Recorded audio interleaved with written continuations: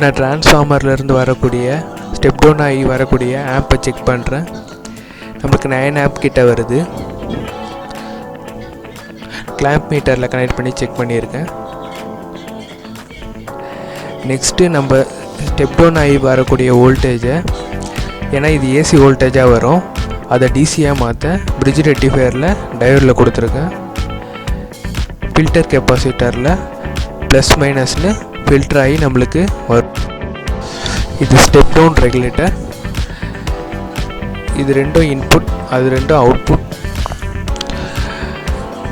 இதில் கிட்டத்தட்ட 9 ஆம்ப்ஸ் கிட்ட எடுத்துக்கலாம். நான் இதை வந்து ஒரு வேரியபிள் ரெசிஸ்டரில் கரண்ட்டையும் வோல்டேஜையும் கண்ட்ரோல் பண்ணுறதுக்காக கனெக்ட் பண்ணியிருக்கேன். நான் ஒரு நார்மல் ஆம்பிளிஃபையரோடைய கேபினெட் எடுத்துருக்கேன். இது எல்லா சர்க்யூட்டையும் அசம்பிள் பண்ணேன். 2 கனெக்டரையும் கனெக்ட் பண்ணிட்டேன். நம்மளுக்கு 2 பேர் கனெக்டர் கனெக்ட் பண்ணியிருக்கேன்.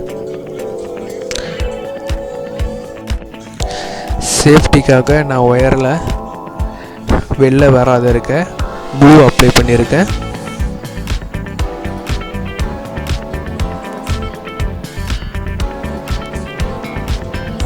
ஏன்னா 2 ஒயரும் டச் ஆகிடக்கூடாது. இப்போ நான் கேபினெட்டில் ஃபிக்ஸ் பண்ணிட்டேன்.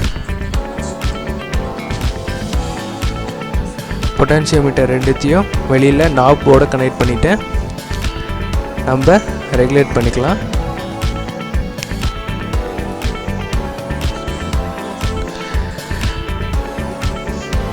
நான் வந்து டிஜிட்டல் மீட்டரை கனெக்ட் பண்ணியிருக்கேன் வோல்ட் அண்ட் ஆம்ப் மெஷர் பண்ணுறதுக்கு.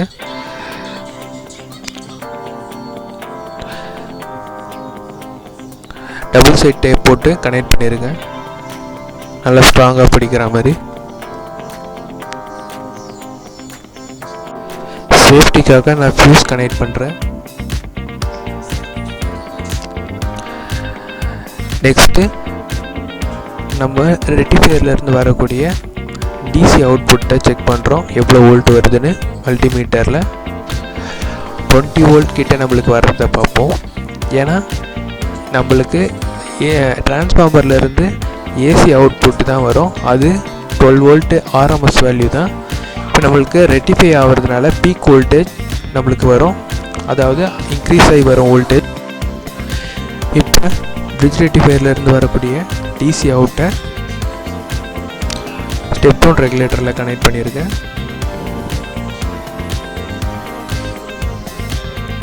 இப்போ ஆன் பண்ணுறேன். நான் அவுட்புட் எதுவும் கனெக்ட் பண்ணாதனால நம்மளுக்கு மீட்டரில் 00 வேல்யூ.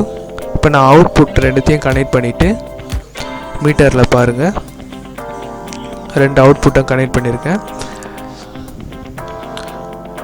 2 அவுட்புட்லேருந்து வர வேல்யூவை இப்போ பார்ப்போம். அதாவது ப்ளஸ் மைனஸ் கனெக்ட் பண்ணியிருக்கேன். ஆன் பண்ணிட்டேன். இப்போ நம்ம நாபை அட்ஜஸ்ட் பண்ணுறது மூலிமா நம்ம வோல்டேஜை வேரி பண்ணிக்கலாம். பாருங்கள், இப்போ 1.1 வோல்ட், 2 வோல்ட், 5 வோல்ட்னு நம்ம நாபை எவ்வளோ அட்ஜஸ்ட் பண்ணுறோமோ அதுக்கேற்ற மாதிரி வோல்டேஜ் அட்ஜஸ்ட் பண்ணிக்கலாம்.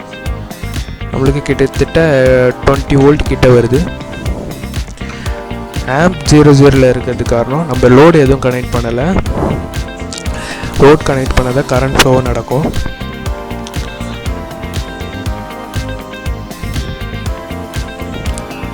நெக்ஸ்ட்டு அந்த அவுட்புட்டை கனெக்டர்ஸ் எல்லாத்துலேயும் பின்னால் நான் கனெக்ட் பண்ணிட்டேன்.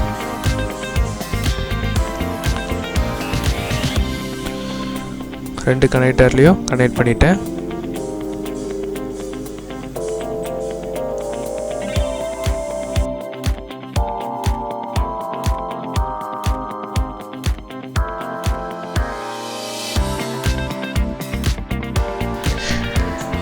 நான் எல்லாத்தையும் கனெக்ட் பண்ணிட்டேன்.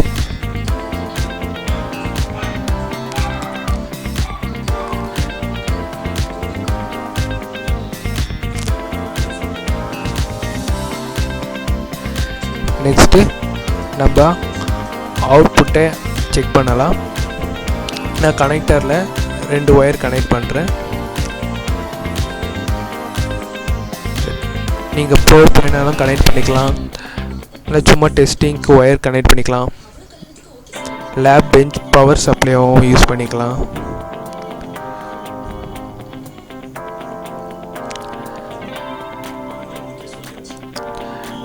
இப்போ லோடு செக் பண்ணலாம். நான் ஒரு லைட் எடுத்திருக்கேன். இது ஒரு 12 வோல்ட்டில் ரன் ஆகக்கூடிய லைட். இது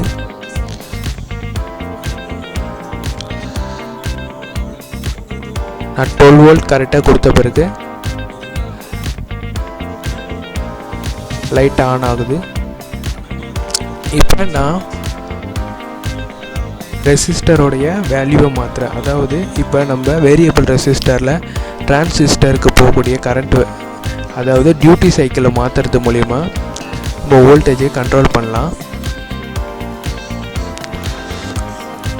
பார்த்தீங்கன்னா தெரியும், நம்மளுக்கு ஆம்ப்ஸ் எவ்வளோ எடுக்குதுன்றதும் இப்போ தெரியும். 0.08 வோல்டேஜ் இன்க்ரீஸ் ஆக கரண்ட்டும் இன்க்ரீஸ் ஆகிறத பாருங்கள். வோல்டேஜ் டிக்ரீஸ் ஆனால் கரண்ட்டும் டிக்ரீஸ் ஆகும். இப்போ நான் ஒரு ஒயரை சீரீஸில் கனெக்ட் பண்ணியிருக்கேன், ப்ளஸ் மைனஸும் ஜாயின் பண்ணுற மாதிரி. அதுலேருந்து வரக்கூடிய ஹீட்டை பாருங்கள். நம்மளுக்கு இப்போ அம்மீட்டரில் பார்த்தீங்கன்னா 5.5 ஆம்ப்ஸ் கிட்ட எடுக்குது.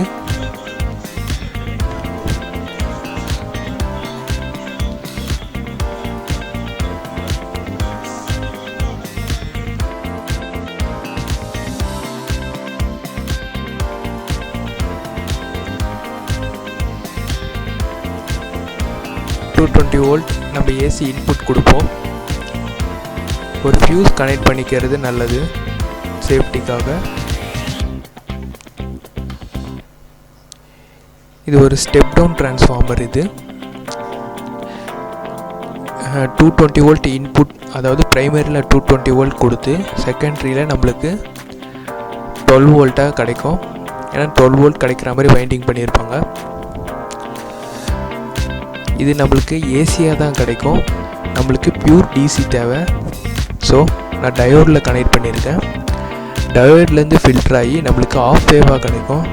ஸோ அது நம்மளுக்கு பியூர் டிசியாக வரதுக்கோசம் ரிப்பிள் இல்லாமல் நான் high value 4700 microfarad capacity use பண்ணியிருக்கேன். நம்மளுக்கு ஃபில்டர் ஆகிட்டு பியூர் டிசியாக கிடைக்கும்.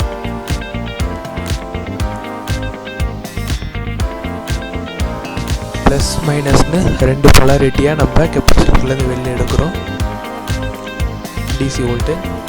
நம்ம இதை தான் செக் பண்ணோம். 20 வோல்ட் கிட்ட நம்மளுக்கு கிடச்சிது.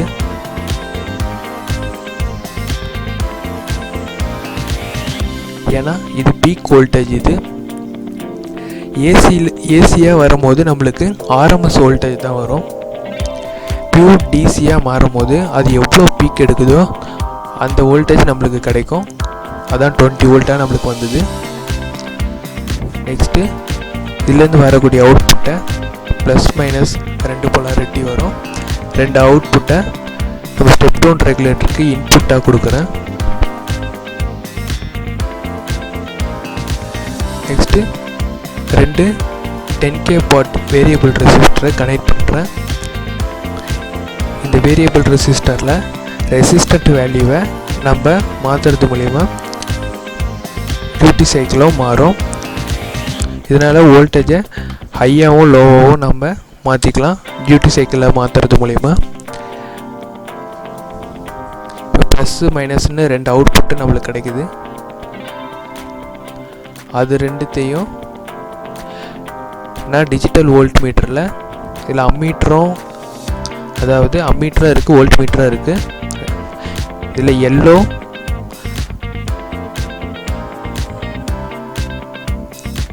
எல்லோ பிளாக்கு ரெட்டுன்னு 3 ஒயர் இதில் இருக்கும். இந்த மீட்டரில் எல்லோ வந்து அவுட்புட்டுக்கு, மெஷர் வோல்டேஜுக்கு, சென்டராக இருக்கிறது காமன் கிரவுண்ட் கொடுத்துடணும். இதில் 100 வோல்ட்டு 10 ஆம்ப்ஸ் வரையும் நம்ம யூஸ் பண்ணிக்கலாம். மீதி இருக்க இந்த 2 ஒயர் வந்து இதனுடைய மைனஸில் கனெக்ட் பண்ணியிருக்கேன்.